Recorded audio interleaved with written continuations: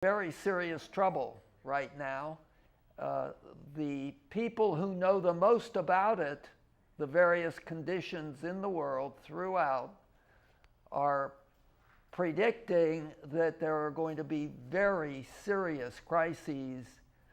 At times they're not sure of, but they could start immediately, because all of the problems, the mistakes in managing the economy and destroying the life support system of the planet and all of these things are way advanced, and they could go bluey anytime. So that's part of what we'll discuss, is some of the many ways that the world is upside down and inside out. But before we do that, I'd like to introduce you. Many of you on the program know Prince Zebekiah. No, brother. And we'll turn the program temporarily over to Prince Zebekiah. And remember, hurry off and bring all the people in your family to listen, because these are things you won't hear anywhere else. Prince? Good evening. We're in a very crucial time, as Elder Phi was explaining to you. There are many things going on that are directly closing in upon us. In the last few days, people, children are still killing each other in schools. And because they're doing that, we have to begin to look at, well, what is causing these activities? What has presented the situation to get to where young people want to kill themselves as well as kill others? It's like a world going out of direction, or out of focus. And our youth are living in fear of many things, so they fabricate a sense of strength, and they use the wrong activities, such as using weapons, to take the life of others. And this is very crucial, because it's a problem that's existing at the present moment all over the entire planet. Wars. Man thinks that he can just take the life of another. This period of time, in most Jewish circles, you have read the past week talking about the book of Noah, or the book of Genesis, dealing with a section called Noah. And this period of time, there was a destruction hewed upon the earth. And it was basically because man had come to a state where he become so violent that the cry of the life of the men who died, who were being killed, cried unto the Creator. And the Creator decided that he was going to destroy the whole earth at that time. And he did such, leaving one family to replenish the earth and to start off on a new path with a new sense of direction, with certain rules of conduct, certain rules of teaching and instruction, that was to give them mobility in the earth and have the forces of the earth work on their behalf. But because, of course, today this is not being taught as it should be, and our youth are really disconnected from even the understanding what I just spoke about. They don't have a clue, because they're not being taught the instruction of the instructor who every day is giving them the breath, has given them the legs, has given them the mind, and that they are now going against. So in this program today, we must begin to discuss these issues, because here there's certainly much more violence going on right now than it was then. And the Creator destroyed the earth at that time. As the elder was getting ready to say, the earth itself is developing into such a state that the plants, the water, the air is becoming so detrimental, and it is taking its effect upon man, insects, and beasts. So we must begin to stop and come to a point where we'll begin to scratch our heads at least a little bit to wonder, well, why is all this coming upon us when there's so many denominations, places of worship in the earth? There's more religions now than there ever was then. By far. And so you would wonder, well, if everybody's talking about God, why are all these casualties coming upon the earth? One of the things that is going on as we speak is the Ebola mystery. Well, I say mystery, but the Ebola plague. And as it develops, we're finding that people are being held and detained, all because they may have came in contact with someone else who has contracted the disease. This is going to become, if it continues, it's going to be a major problem. And I think it's something that each of us today need to start to think about. So which will give us the understanding of start to look back and say, well, why are all these things going on? I'm going at this point, turn it back over to Elder Willie Phi to explain some of the things that are actually happening. Okay? So we can begin to discuss these issues and find out how to address them. And maybe we can slide through and get on a path of the right course that we may defer and deter the things that are transpiring in our midst. Most people don't keep track of them, but there are something on the order of 8 billion human beings living on planet Earth. Planet Earth is a big ball of water and all sorts of minerals and things that until about 1850, there were only 1 billion people. It took hundreds of thousands of years for the human population on the earth to reach 1 billion. And it slowly began to continue past 1 billion. Now we're at 8 billion, or almost, and believe it or not, we're adding another billion people every 12 years. That's because human reproduction is an exponential process. And so once it gets to that stage, it explodes. The population explodes. And that's what's happening. And there are many consequences of that explosion.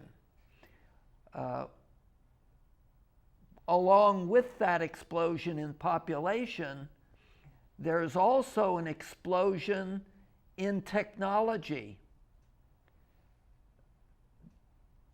Back in the Bible's part of Daniel, when he's discussing what's going to happen in the end times, he says that knowledge is going to increase tremendously.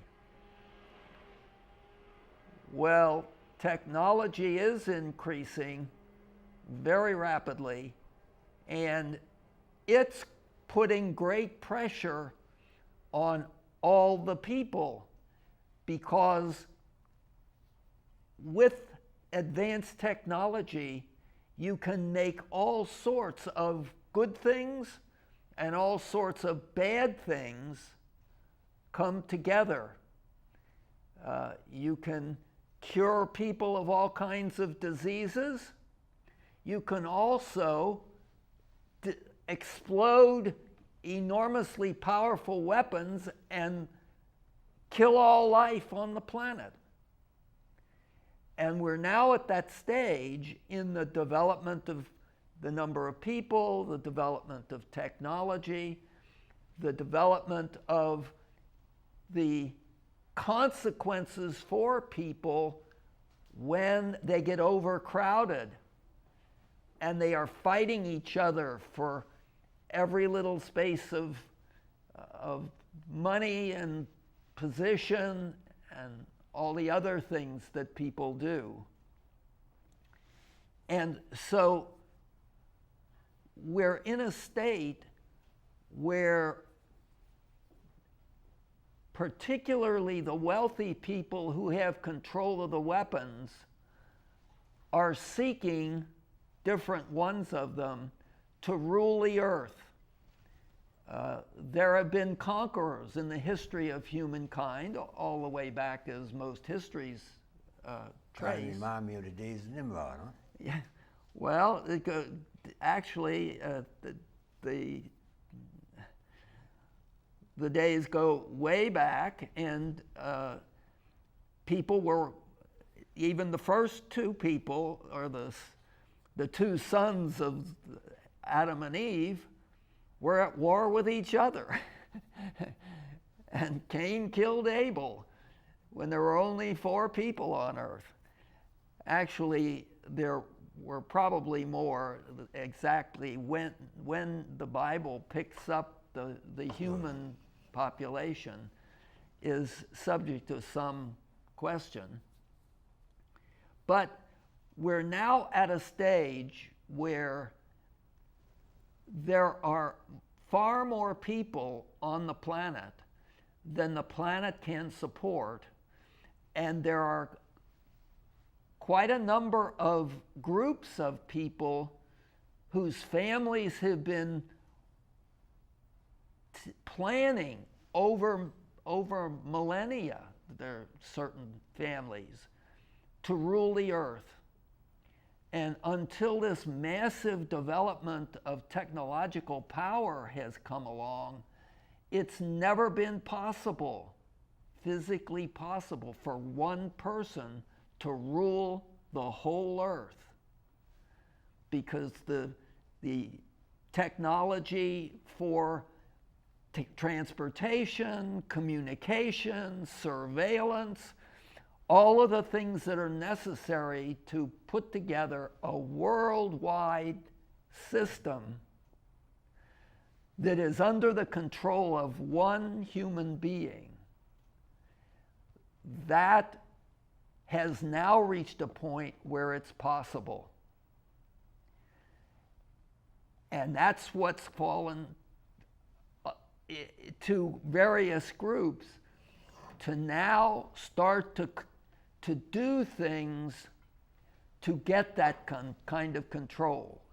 And so when you start to look at all the nations in the world, you find out that those nations have rulers of various kinds, sometimes kings, sometimes elected officials, and so forth.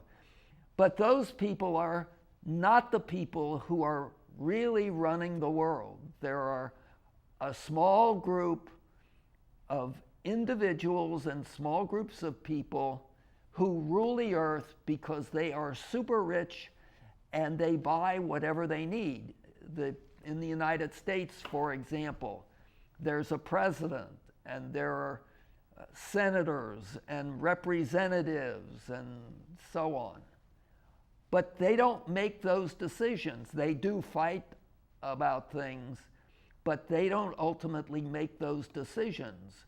What they do is bought by the people with the money who are above them and rule them.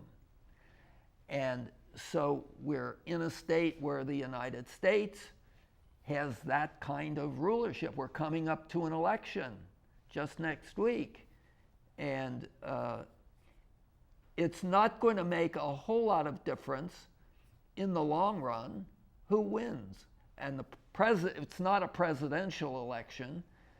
It's a Senate and the House of Representatives, mostly at the national level, that is important. And that could cause some complications in the ways things are run, because President Obama has things that he's trying to do, and the Republicans want to get rid of the majority of Democrats in the Senate.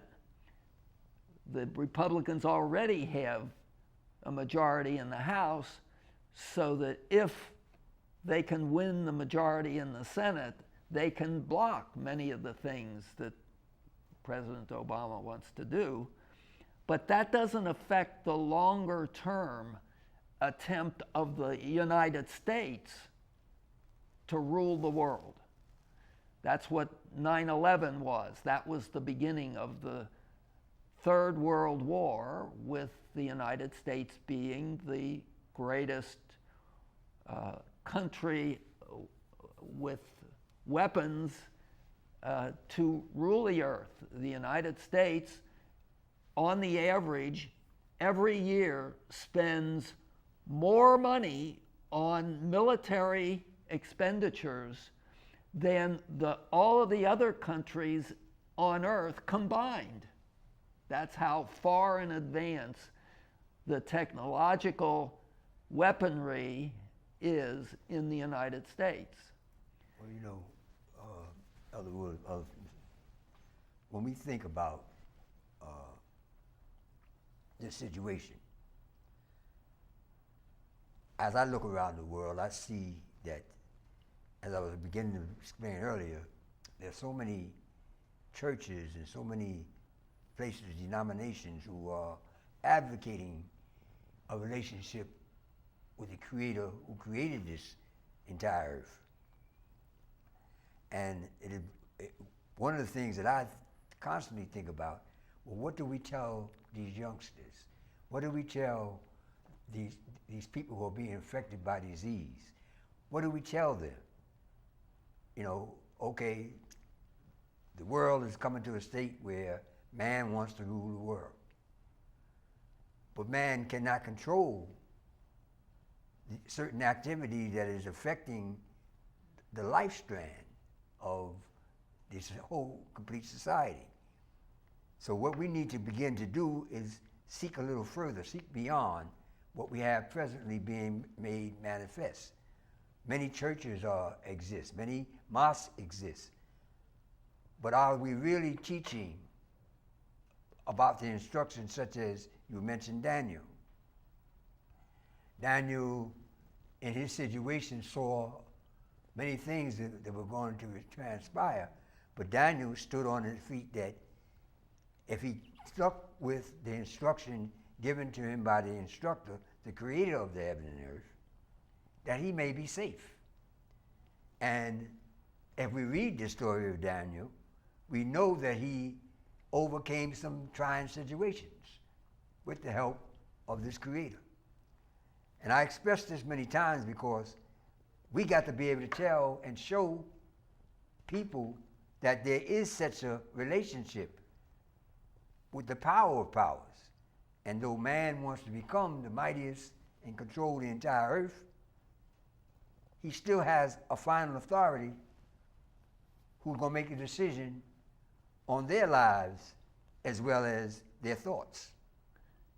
So it would behoove us to return back to the principles to find out, well, what is the direction in the earth? Because the earth was given instruction on how to prosper, how to live, and how to go on everyday, day-to-day activity that would keep the eruptions and the destruction that we see being made manifest away from us. In one of the Psalms, it says, in the 91st Psalm, whosoever sits in the refuge of the Most High, he shall dwell in the shadow of the Almighty. It goes on to say that he will deliver you from the ensnaring trap and from the devastating pestilence. With his pinion, he will cover you, and beneath his wings, you will be protected. Now, these are words, but these words came from the instructor of life, the giver of life.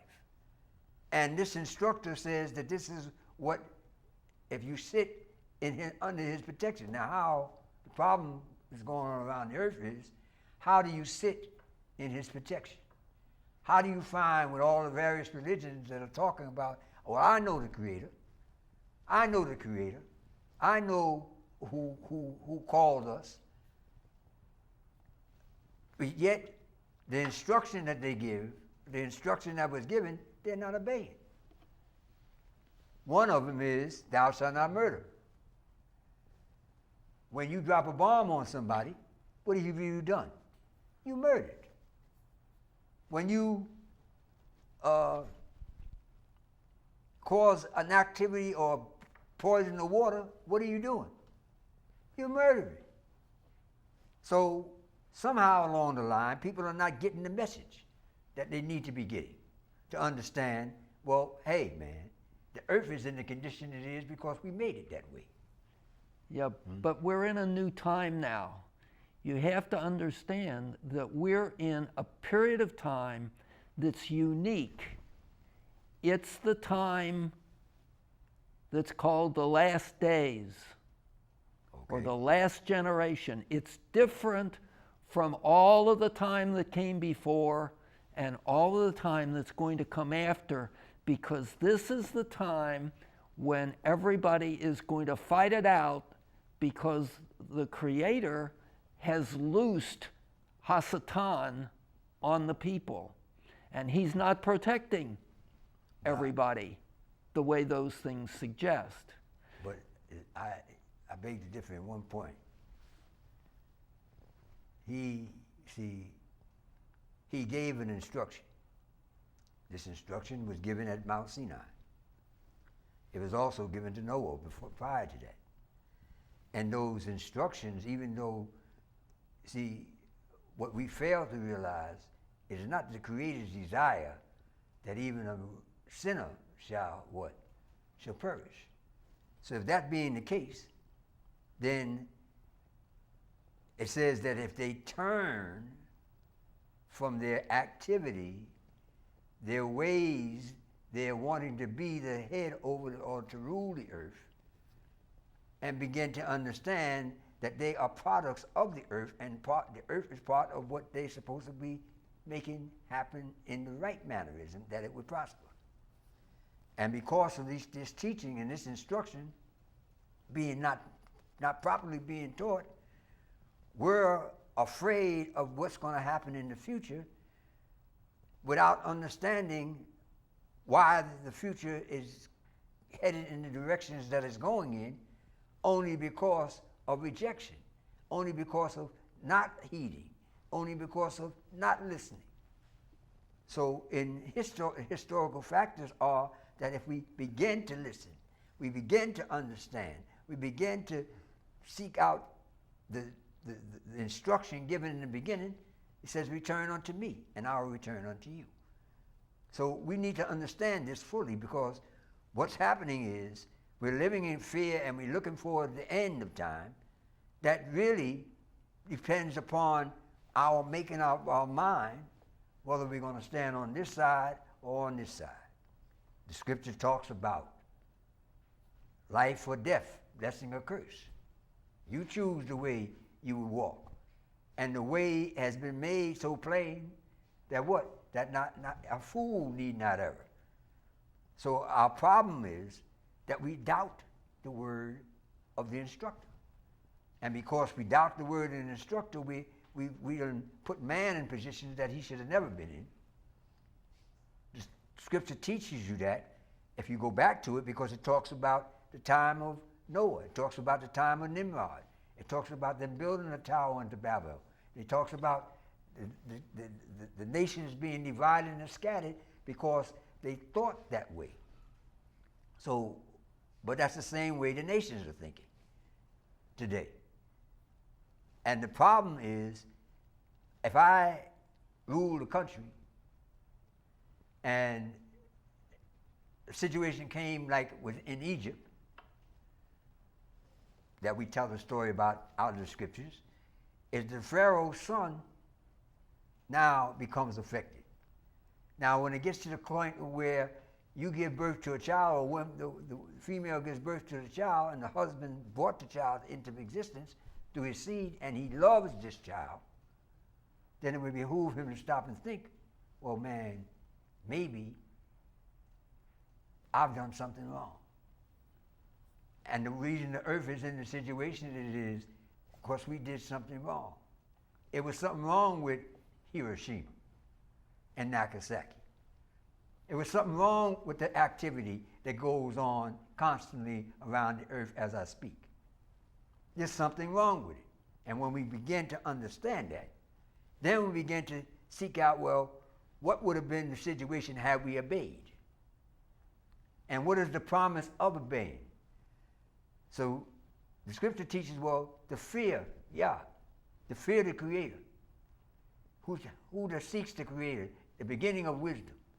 All this information is left there before us, but we're running around it. We're trying to use the technology, as the elder was saying, to determine and to make life better for the individual. Never mind the mass. Never mind the poor. Never mind those who are being affected by these conditions and these ills. But the record is left very clearly that we can get back on our path and that we can turn back to the Creator, or the word of the Creator is not true. But if His word is true, then we have the opportunity to return to Him and do as He asked us and instructed us to do, and we become the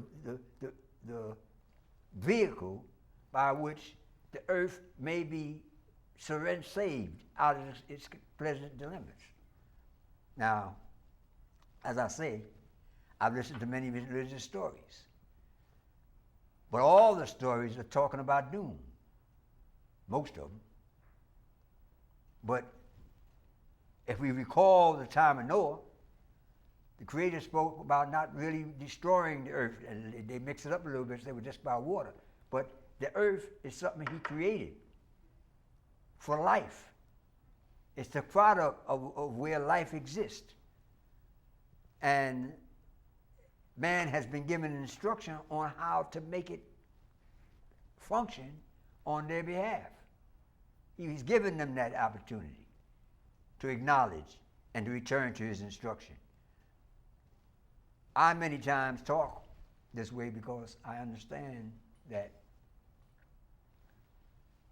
the Creator of heaven and earth is the power. He's the guide. He's the knower. He has a sense of all wisdom. And constantly, He said, He raises up His prophets to do what? To gather them, to instruct, and to cause people to pay attention to where they're making their mistakes. The nation of Israel was scattered. And it said, when you bethink yourselves, where? In the lands that you've been sold to, that you return unto me, I'll return unto you. So when we talk about understanding life and the things that are going on in this life, many times we don't fully understand the role or the plan that was planned by the planner. And He says He reveals His secrets unto who? His prophets, who have said, return unto me, return unto the Creator, and He will return unto you. So, Elder Woodard, when we begin to see this and visualize this a little greater than it has been, see, our people need the hope to understand that it's time to stand in the holy place, stand in the place of protection, stand in the ark that has been created in this earth for the benefit of me and my children, you and your children, the president and his children, the kings and their children. It would be nice if that were true for all cases. But in the last days, the righteous will go through the turmoil, and they will be, some of them, killed. And it says that. The Christians have been struggling with that for quite some time, and they have people who say, oh, you're going to be saved, pre-tribulation rapture, and everybody will be carried up out before the difficulties. Which is also a mistake. It is also a mistake, All right. absolutely. But to believe that you will survive through the turmoil if you are righteous, it's not promised in the prophecies for these last days. Most will, because there are instructions for when you leave. But there are also prophecies that many will have to die, because that's part of the whole process that is involved in this whole thing. You have to be prepared to give your life for your beliefs. Let me ask you a question. You got a household. You got a daughter. And you tell your daughter, right, you're going to punish her for some of the things that she did. But your love for your daughter is not going to constantly have that punishment there forever. So you try to find ways to see if she's learned her lesson or learned the instruction, so that she can come up out of or get past that punishment that you placed upon her. It's not a punishment. Well, I beg to differ. Okay. All the punishment, see. Death isn't a punishment. Well, let's look at it. The first man, he was placed here to what? To replenish the earth and to keep the earth going. But yet it said, from the time of his creation, unto dust thou art, unto dust thou shalt return. So what we're talking about here is long existence in life. Okay? One of the writings in the scripture also says, behold, the guardian of Israel neither slumbers nor sleeps. For your salvation do I long. Okay? It goes on to say, for your salvation do I long, in the name of Yah, or the name of the Creator, God of Israel. May Michael be at my right hand, Gabriel at my left, Oriel before me, and Raphael behind me, and above my head the presence of the Creator. So the idea in the earth, who the Creator is, the Creator of all, he created the earth so that he can be in harmony with those vessels and the things that he created. It's their separation that separated them from recognizing it and doubting his word and doubting the situation. So his word is placed there so that we can find the gap, find the choice, have the opportunity to make a new decision in our lives. So he gives us the instruction and say, obey this instruction, right? Stand in the holy place. So what does that do? That puts us in a position with acknowledging the Creator and living that the Creator itself can dwell in the midst of us. He's not going to destroy himself, surely. So if we're able to bring him close enough to us that he's dwelling in the midst of us, then I would say we're home safe, wouldn't you? But except that we've forgotten the reason why the conditions are the way they are. And that's why in the instruction it says, this day I set before you life or death, blessing or curse. You choose the way you want to walk. But if you follow this instruction, right, I will bring peace to your situation, peace to your clan, peace to your family, that they may enjoy a portion of life that is more abundantly. So when we talk about even our understanding of the Mashiach, I bring you these words, right? That you do greater things to cause the people to feel confident in the fact that they know the Creator and they know where He dwells and how they can operate within His instruction and be safe. That is the salvation of the nation. That is the salvation of the world. To know, well, where do you belong?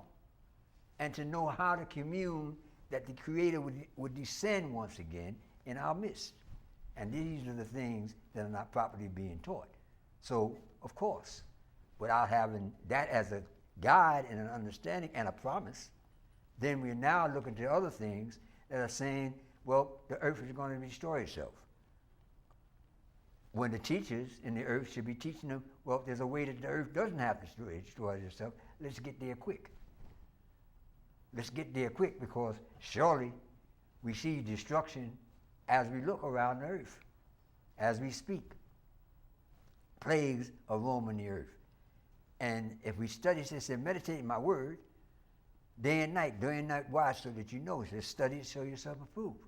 Workmen worthy of his hire, rightly dividing the word of the truth, showing mankind, showing your family, showing your children, showing your friends the way that you're supposed to be walking, the way you're supposed to be conducting your life, that His presence can come down once again and dwell in the midst of us as it was meant to be. So many times I hear people talking, I listen to things being said, but I wonder, had they made a right connection, a connection with understanding the words that the ministries are saying? Do they really believe them? Do they understand who they're paying homage to? We are the children, right? The children of the Most High, Creator of heaven and earth. And I think one day, when we get our heads zeroed in His instruction, now we can begin to seek Him out and not to worry about the future or the destruction. Ministers are really supposed to be able to stop the plagues. I heard many times it talks about Mashiach talking to his disciples. Go out, go 2 by 2, and change the conditions. You have the ability to heal and to strengthen and to open up doors that you'll be atoned and you'll be in the protection under the hand and the presence of the Creator of heaven and earth. That's just my opinion. The prophecies for the last days have some different properties. One of them is that if the Messiah hadn't come back before He had planned to, all people on earth would have been annihilated by the various powers and forces, because Hasatan was loosed at that time. It didn't mean forever, starting with Adam and Eve, but the last days are very special. They're only a generation long, and humanity is worse off than it has ever been, and it will never again be as bad as it is now. And most of the Christian denominations, or many of them, don't even know we're in the last days. Again. So I'm talking about a specific thing that we're living through now, and because you and I and everybody else is living through these unbelievable circumstances, it's helpful to understand how bad they can get and how you have to be ready to die in it. That was one of the things that the Romans, the Christianity in Rome was not it was an illegal religion. Here was an empire that had many tribes of all kinds that had been conquered and were brought together in this empire. Christianity was an illegal religion until 313 AD. And in 313 AD, Constantine and Licinius issued the Edict of Milan. And on that edict, what the edict said was that not that Christianity or any other religion was the religion. It said that the Christian religion was now legal, and Constantine's mother didn't have to worship in the catacombs. Now, the point to all of that is that the Christians were persecuted, and when they were put in the Colosseum and had lions eat them, they impressed their courage onto the Romans. By the time this law was passed to legalize Christianity, there are estimates that more than 20% of the Roman population were already Christians, because they had such respect for the Christians who were willing to face death. So you have to look at the context for everything. And so it's difficult because not all times are the same. This is a very special time. And it's particularly difficult.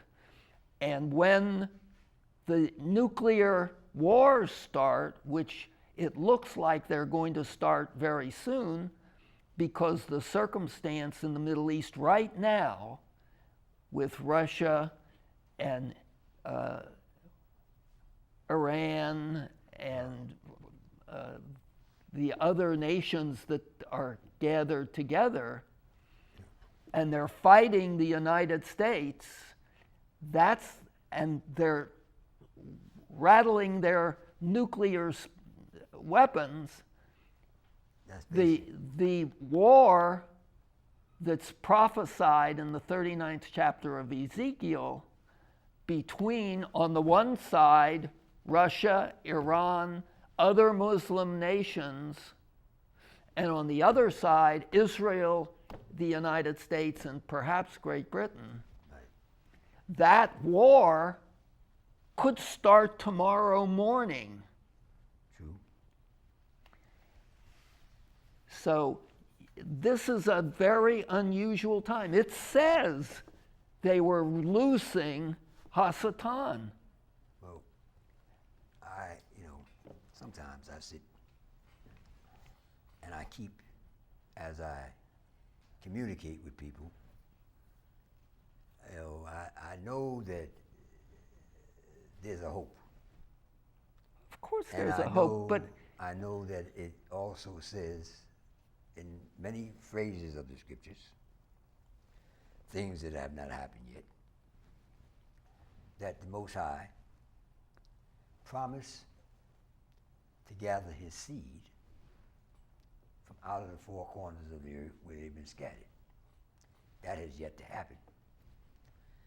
And that he would bring them home to their territory, to their land, the place where they should be, and that if they turn to him wholeheartedly with their heart and bethink themselves where they are, realizing why they're where they are, that when they return unto him, he return unto them.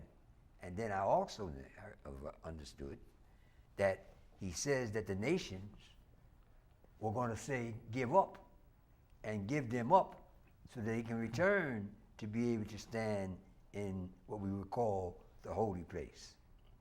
I also understand that Jerusalem was the city of peace, which it was meant to be. Of course, never was. Never, ever since it was said, there's been much war going on. That's but right. More war there than anywhere. By the prophets the instructors of the Creator that it would be the city of peace. So when I look through all the maze of all the stuff that puts us in fear, which got each nation really up in arms against each other because of fear. And that fear is not reaching, is not getting through, because now you build a bomb over here, they build another one over here. You build one over here, then the next one builds another one over here. Now, the question is, what is going to be done with all that artillery unless they're planning to blow themselves up? Now, to me, I know, or I believe, that there's a better understanding than that. I believe that there is a better acknowledgement of that. I believe, or I seek to understand and seek to hope in the fact that Yah has a salvation. The Creator has a means of deliverance and taking us out of that condition. I believe, and I have studied to understand some of it, that He puts His protection about those He taught and those He asked to follow His instruction. That conditions would change. I remember times in the study of history where there were plagues fell upon the children of Israel. And I remember times that the ministers who, when they were doing right, were able to go out and stop the plague. So wouldn't you say that would be a situation right now that would be necessary and needed, very much needed, when we're looking over here and here's Ebola and here's the diseases that are destroying the earth? Don't you think right now that we would need, the people who are being confronted by this activity would need someone to say, hey, let's keep that plague there, or wherever it is, let me stay that plague, and some action that could be done to change those conditions, that those plagues do not descend upon the people? I think that somehow along the line, we're not heeding the instructor of the instructor, the instruction of the instructor. It's not His desire again that any man should die, but that they return to Him with their whole heart, them and their children. So I behoove you, those of you who are out there, go snatch your sons and daughters and sit them down and start teaching them the right instruction to make them know that there's a Creator that exists, that's out there in the air. A Creator that's able, a Creator that's powerful enough to put fear even in those nations who have these powerful weapons. You know, one thing to walk up to a button, right? You plan to send a rocket, right? And the Creator turns your mind, you turn the rocket back on yourself. So this is the kind of power I'm talking about. This is the kind of understanding that I'm talking to, the issues that I'm talking to. Take refuge in the Most High. And there, when you find that He is the power, then you turn to Him and you do the will that He asks you to do. You do the things that He required for you to do so that His presence could be made manifest. He can descend once again. Problem that has happened is that people never understood that God came down to mankind and introduced Himself so they would know not to fabricate, not to bring about, create images, not to even step up to the plate themselves thinking that they are God. And that is a requirement. That's one of the real issues today that we have solely gotten away from. And as an individual, as a person, to understand that the earth belongs to who? The Creator of heaven and earth. And why would I give you an instruction if I put the instruction there and I put the judgments there on what would happen if you don't happen, and if you do it, what would happen if you don't do it. And now, all of a sudden, I also, at the end of that, put another instruction saying, if you return to me, and you return to me with my whole heart, then I will return unto you and remove those conditions. So I hope today that you take your children and let them begin to understand that they are, and that there is a power greater than themselves that does exist and is able to deliver us out of all those conditions. but it doesn't have to be this life. All of those people that have died, a lot of them had already lived their lives and did the things that were important, but they died. The question isn't what happens before they die. What happens is what happens after they die. Because the scriptures promise the resurrection. When the Messiah returns, everybody will be resurrected who is intended to be resurrected. Okay. So people are not going to get out of every situation if they do right. Wow. They're going to die sometimes, but they will be resurrected and live eternally. That's one teaching that sometimes we must sit down and look at. We must really look at it in lieu of all the other instruction, because somehow there's a question, and as I look, I see that diseases have rapidly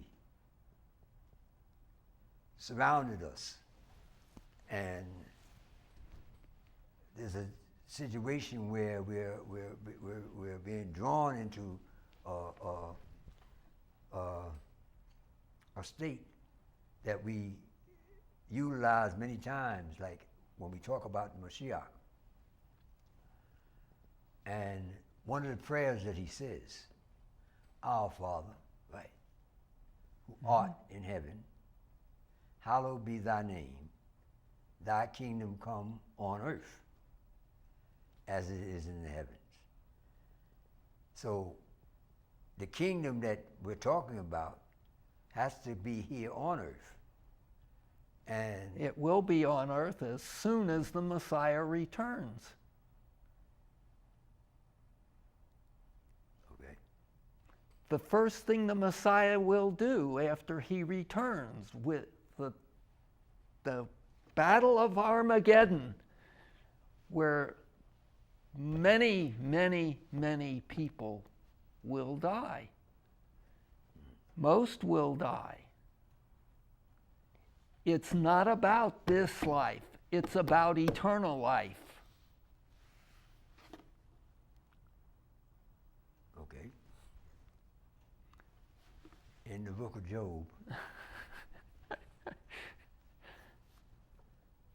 Job is questioned, saying, though these worms may eat my bones, yet in my flesh I shall see Yah. Right? My eyes shall behold and not another. So Job, in speaking this,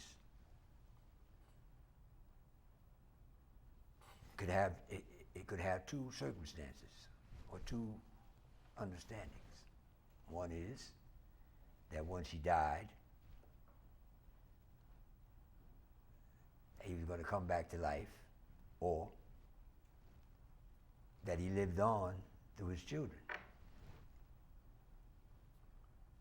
Many times you hear people say, well, my son, hey, you sure look like, you sure act like, you sure the image of your great uncle or your great grandfather. And many of the characteristics that you carry many times are identical. Many of the lifestyles and the actions of your life pattern. So maybe just in those two understandings, this point of what I'm talking about is something for fruitful thought.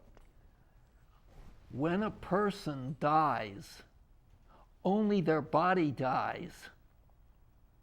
Their consciousness doesn't die. They retain their ability to see, their ability to hear, their ability to think. The body dies. Okay. But they don't die. They retain consciousness. So then I can bring that consciousness and bring it back on my great-grandson? Or is it my great-grandson's consciousness that's there anyway? It's there anyway. Okay. You can even buy books on how to exit your body and come back. Oh. So that means there's some probability to the things that I'm saying. See, do what things? You can't destroy a spirit. Most people don't believe there is a spirit. You have to have an out-of-the-body experience to understand it. So in the beginning, it says the Spirit of God hovered over the face of the waters. So I don't understand that, but as a That's the child, I had out-of-the-body experiences. okay. So then there's When- we have to recognize then that there's a spirit of man and there's a spirit of God. There's a spirit of the individual person. Right. Okay. You don't become God when you die or when you are resurrected. You're the individual person. You're an individual Okay. person.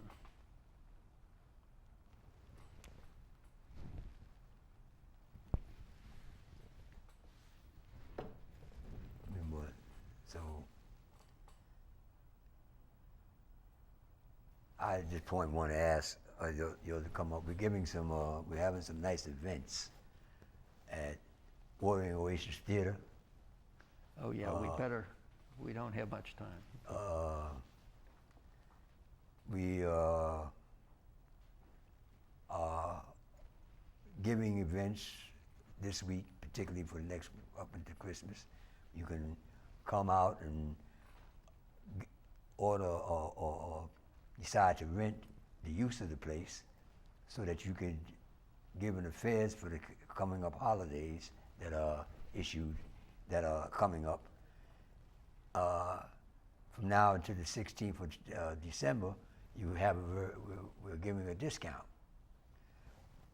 And this is at the Watering Oasis Theater, 2244 Panola Road. You can come out at any time, particularly on Wednesdays, seeking to find an opportunity to give whatever occasion or venue you would like to implement.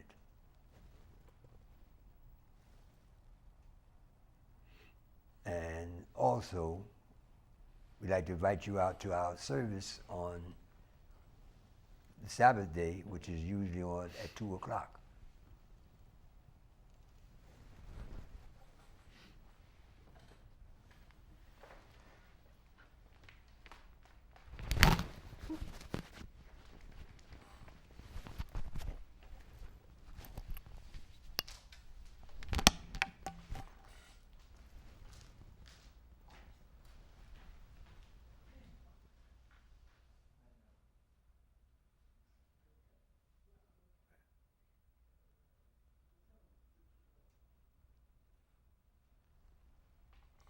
We also had, during the month of December, we have several other activities going on. We'll be giving plays. We just got finished giving a play. And we're going to do a few other fairs. We'll be opening up Haru Movies starting next Saturday. So please come out to the Watering Oasis Theater. 2244 Panola Road. Look forward to seeing you. And as one of the administrators there, we also begin having a Bible study on Wednesday nights to give clarification. Welcome and so long. See you in the next